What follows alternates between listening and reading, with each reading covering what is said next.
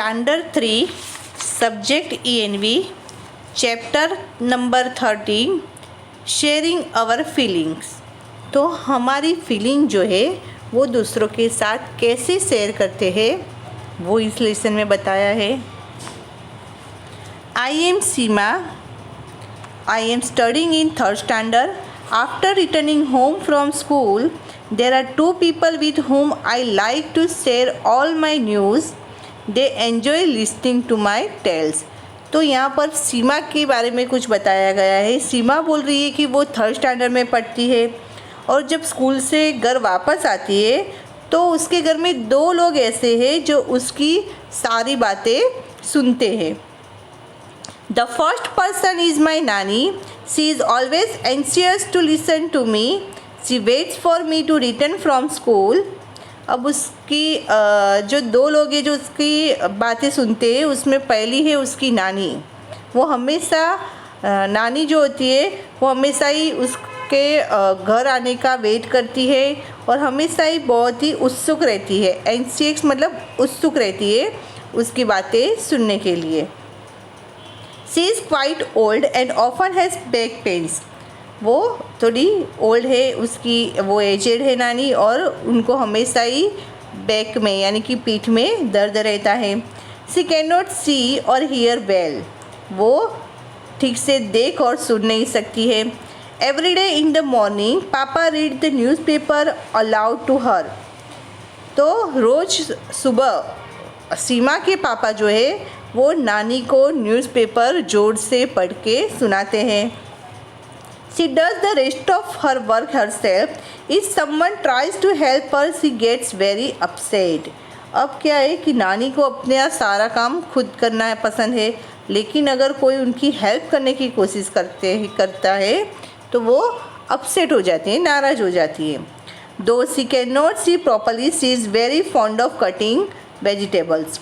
She says, these days children do not know how to cut vegetables properly.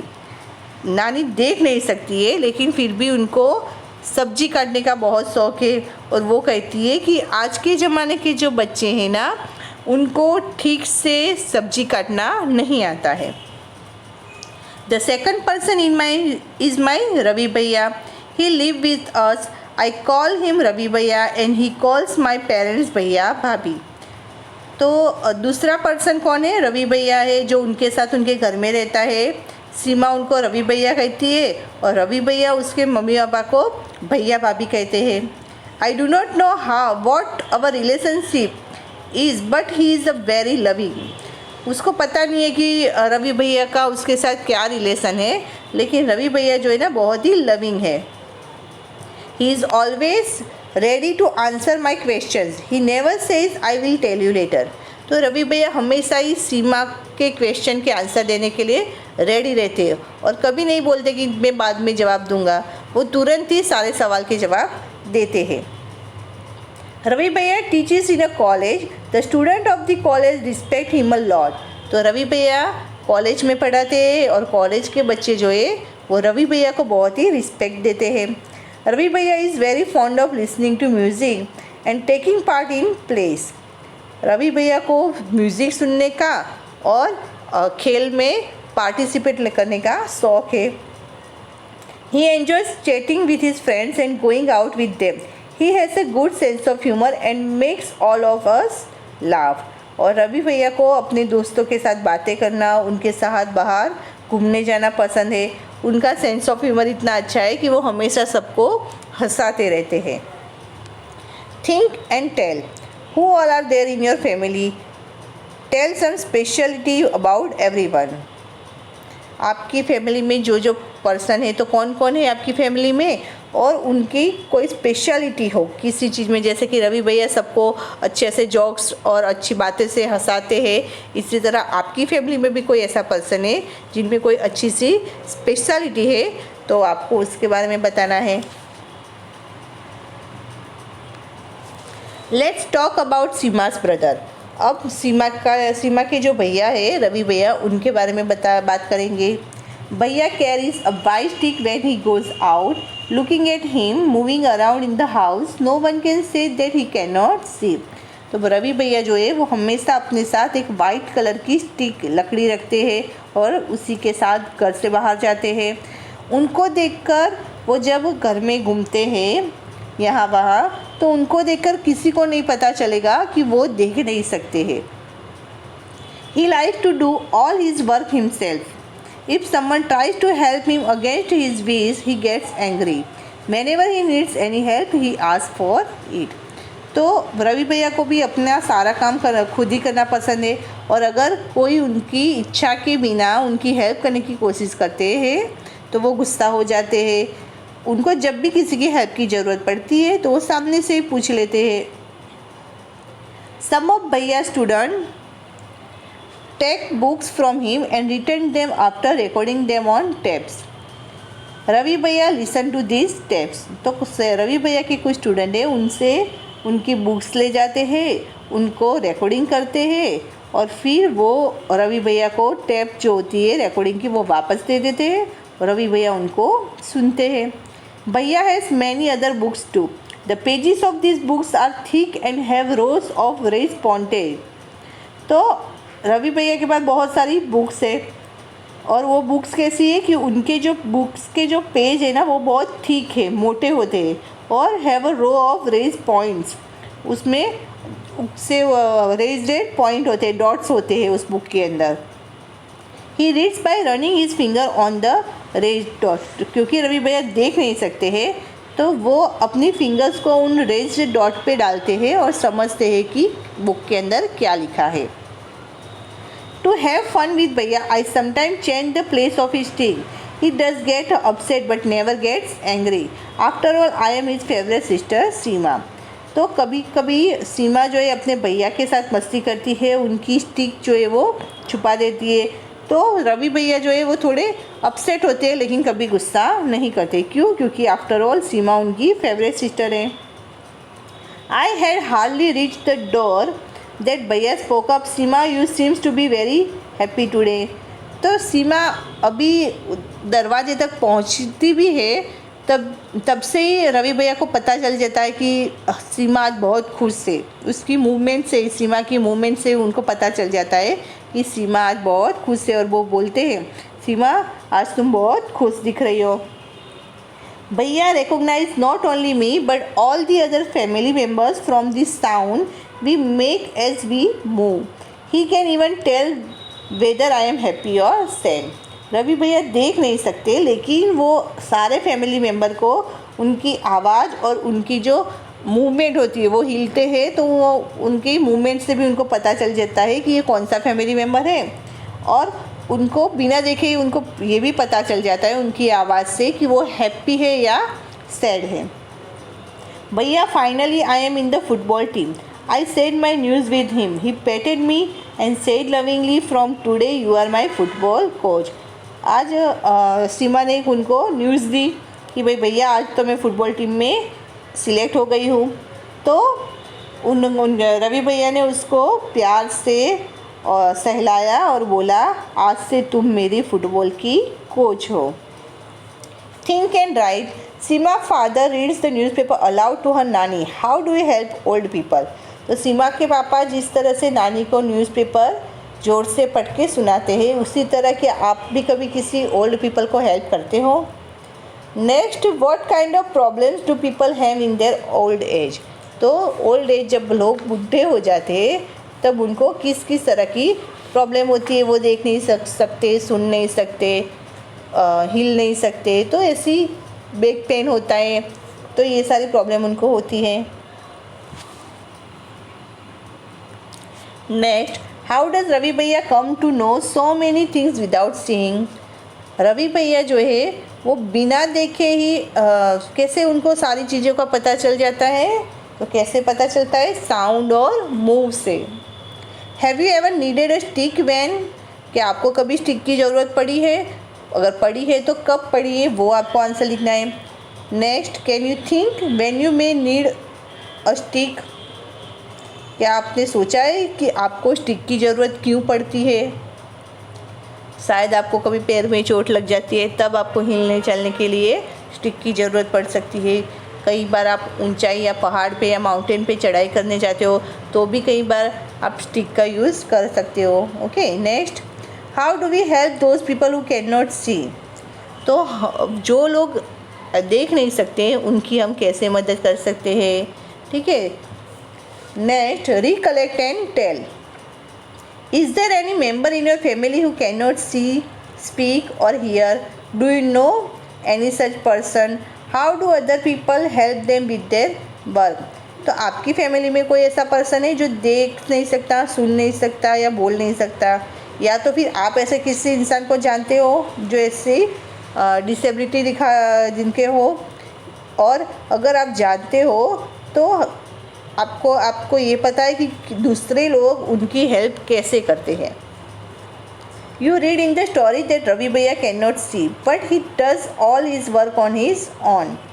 आपने story में देखा कि भाई रवि भैया देख नहीं सकते फिर भी अपना सारा काम खुद करते हैं। He studies from a different kind of books, वो अलग अलग प्रकार की बुक भी पढ़ते हैं। To understand how is able to do his work, close your eyes and play this game. तो उनको रवि भैया को समझने के लिए कि वो बिना देखे अपना काम कैसे कर सकते हैं, तो उसके लिए आप अपनी आइज़ क्लोज करो और एक गेम खेलना है आपको, ब्लाइंड फोल्ड। तो ब्लाइंड फोल्ड मतलब आँखों पे पट्टी बांधकर ये गेम खेलनी है। Blind fold any one child in the group, one by one the other children come to him or her quietly. The child who is blindfolded has to guess who the other child is by touching him or her. Take care not to make any sound. तो आपके group में से कोई एक बच्चे को blind fold करो और एक के बाद एक सारे दूसरे बच्चे उसके पास जाओ, और जो ब्लाइंड फोल्डेड बच्चा है उसको गैस करना है कि वो कौन सा बच्चा है, ठीक है, कौन सा बच्चा उसके सामने आकर खड़ा है। और आपको ध्यान रखना है कि आपको जब उस ब्लाइंड फोल्डेड बच्चे के पास जाओ तो कोई भी आवाज़ नहीं करनी है। In the same way one by one blind folded all other children, each one has to try and guess by touching who the other children are. तो इसी तरह से हर एक बच्चा बारी बारी से अपने आँखें पे पट्टी बांधेगा और गेस करने की कोशिश करेगा टच करके कि दूसरे बच्चे कौन हैं। Discuss and tell, how many children could recognise the other by touching. Okay, अब आपको डिस्कस करना है कि भाई कितने बच्चों ने अच्छा गेस किया टच करके। How many children could recognise two other children by only hearing them, और कितनों ने सिर्फ उनकी आवाज़ से ही पहचान लिया। Which was easier of this two, आपको इन दोनों में से कौन सी चीज़ अच्छी लगी, टच करके पहचानना इजी लगा या फिर उनकी आवाज़ से पहचानना इजी लगा, ये आपको बताना है। Think and tell, how many teeth are there in your mouth, आपके मुंह में कितने टीथ है वो गिन के बताओ। We student in the class have the maximum number of the teeth, और क्लास में सबसे ज़्यादा किसके मुंह में दांत है वो बताना है। How many things can you recognise only by touching, अब आपको ये बताना है कि आप सिर्फ टच करके कौन कौन सी चीज़ें हो या फिर कितनी चीज़ें पहचान सकते हो। Which people can you identify from the sound they make as they move, आप कौन से लोगों को सिर्फ उनके साउंड से और उनकी मूवमेंट से पहचान सकते हो। Of course mostly family members को आप उसके आवाज़ से और उनकी मूवमेंट से पहचान सकते हो। Just by smiling can you guess if someone is close to you, सिर्फ स्माइल करने से आपको क्या लगता है कि सामने वाला इंसान आपके इतने नज़दीक है। Close your eyes and listen, what sound can you here. Okay, अभी आप शांति से एक जगह बैठो, अपनी आइज़ क्लोज करो और सुनो कि आपको कौन कौन सी आवाज़ें सुनाई देती हैं। There is a special way of reading and writing for people who can not see, it is called Braille. तो जो लोग देख नहीं सकते उनके लिए रीडिंग और राइटिंग करने के लिए एक अलग सा वे है जिसको हम ब्रेल कहते हैं। It is written on the thick paper by making a row of raise pointed with the pointed tools. तो ब्रेल क्या चीज़ है कि एक थिक पेपर होता है, मोटा सा चौड़ा सा पेपर होता है, उसके ऊपर row of raised points, dots की एक लाइन बनी हुई होती है, एक पॉइंटेड टूल से वो लाइन बनाई जाती है। Braille is read by running the fingers on the raise dots. तो ब्रेल को वो जो डॉट्स होते हैं उस पर अपनी फिंगर्स को हिलाकर चेक करना है कि उसमें क्या लिखा होता है, उसको ब्रेल कहते हैं। Let's do whatever it is easy और difficult to recognise a shape without seeing it. तो क्या लगता है आपको कि बिना देखे कोई शेप आप पहचान सकते हो? क्या वो डिफ़िकल्ट है या ईजी है? Take a sheet of sand paper, make a shape on it by pressing a piece of thick wool और थिक थ्रेड ऑन इट। तो एक सैंड पेपर लीजिए, उसमें एक थिक वूल या तो फिर थिक थ्रेड से कोई भी शेप आप उसमें बनाइए। Ask your friend to close her or his eyes and identify the shape by running her or his finger on the sheet. और फिर अपने फ्रेंड से बोलिए कि अपनी आंखें बंद करे और फिंगर से ही वो जो शेप है उसको पहचाने। Ask your friend was it easy और डिफ़िकल्टी, और फिर अपने फ्रेंड से पूछे कि वो ईजी है या डिफ़िकल्ट है। Next, ask your friend to make a shape on sand paper in the similar way. Now you identify it by filling with your fingers. अब आपकी बारी है, आप भी अपने फ्रेंड से यही बोले कि एक सैंड पेपर पे कोई शेप वो बनाए और आप उसी तरह से ब्लाइंड फोल्ड होके उसको पहचाने। Take a thick piece of paper, make an outline on the paper with the help of compass और नीडल। तो एक जाड़ा सा पेपर लीजिए, उसमें कंपास और नीडल से एक आउटलाइन बनाइए। Make a dots at a short distance on the outline drawn. और थोड़े थोड़े दूरी पे डॉट्स बनाइए उससे। You can see that the paper is red on the other side. तो आप देखोगे कि वो पेपर दूसरी तरफ से रेज हो गया होगा। Now ask your friend to close his और her eyes and feel with the fingers to tell that you have outlined. अब आप अपने फ्रेंड को बोलिए कि अपनी आइज़ क्लोज करे और फिंगर से पता लगाए कि आपने कौन सा आउटलाइन बनाया है। इज़न्ट इट डिफ़िकल्ट, क्या वो डिफ़िकल्ट है? Think about how people able to read who can not see. सोचो कि कितने लोगों ने, आपके कितने फ्रेंड ने ये चीज़ें पहचान ली, इजीली पहचान ली, और कितने ने नहीं पहचानी है। Let's learn about Braille. चलो अब हम ब्रेल के बारे में कुछ लर्न करेंगे। You have seen that Ravi भैया read special type of books. How were this books made? Whose first thought of this books? Let's find out about it. तो आपने देखा कि रवि भैया के लिए एक स्पेशल टाइप की बुक्स आती है जो वो रीड करते हैं। तो हाउ वर दिस बुक में, ये बुक कैसे बनी, किसने ये बुक बनाने के बारे में सोचा? तो लेट्स फाइंड आउट इट। यहाँ पर आपको पिक्चर भी दिखाया गया है द ब्रेल स्क्रिप्ट। जो नहीं देख पा रहे वो लोग किस तरह से पढ़ सकते हैं। ठीक है, तो 6 डॉट दिए गए हैं उसको, जैसे कि ए है तो ए के एक डॉट उक्सा रेज्ड पॉइंट है, फिर बी में 2 रेज्ड पॉइंट है। वी कम्युनिकेट इधर बाय एक्शन और bye symbol instead of speaking. तो हम लोग क्या करते हैं कम्युनिकेट करने के लिए? स्पीकिंग के अलावा हम लोग एक्शन, इशारों से बात कर सकते हैं और कोई सिंबल बताकर बात करते हैं। Saying without speaking, dumb charades arrange this activity in the class. Louis Braille belong to France. Once day when he was 3 years old, he was playing with his father's dolls। तो Louis Braille नाम का एक इंसान था, वो France में रहता था। एक बार वो जब 3 साल का था तो अपने पापा के जो टूल्स थे उससे वो खेल रहा था। Suddenly a pointed tool hurt his eyes, he lost his eye sight. अचानक से एक पॉइंटेड टूल, एक बहुत ही धारदार जिसे हम कहेंगे, ऐसे टूल्स उसकी आंखों में चुभ गया और वो देखने लायक नहीं रहा, वो अंधा हो गया। He had keen interest in studies, पर उनको पढ़ने में शौक था। Though he was not able to see, he did not give up. वो देख नहीं सकता था लेकिन फिर भी उसने हार नहीं मानी। He kept thinking of different ways to read and write. तो वो सोचता रहता था कि अलग अलग तरीके से किस तरह से वो रीड और राइट कर सके। तो इसका वो आइडिया लगाता था कि मैं ऐसा क्या करूं कि मैं देख नहीं पा रहा हूँ फिर भी मैं पढ़ और लिख सकता हूँ। Finally he found a way reading by touching and feeling. Finally उसने वो रास्ता ढूंढ लिया। कैसे ढूंढा? Reading by touching and feeling, touch करके और फील करके रीडिंग करने का। This way of reading letter came to be known as the Braille script. तो उसने जो रास्ता निकाला उसी रास्ते को लास्ट में ब्रेल स्क्रिप्ट करके पहचाना जाएगा। In this type of script a row of raised dots are made on a thick paper. तो इस स्क्रिप्ट में क्या होता है कि एक थिक पेपर के ऊपर रो में रेज्ड डॉट बनाए जाते हैं।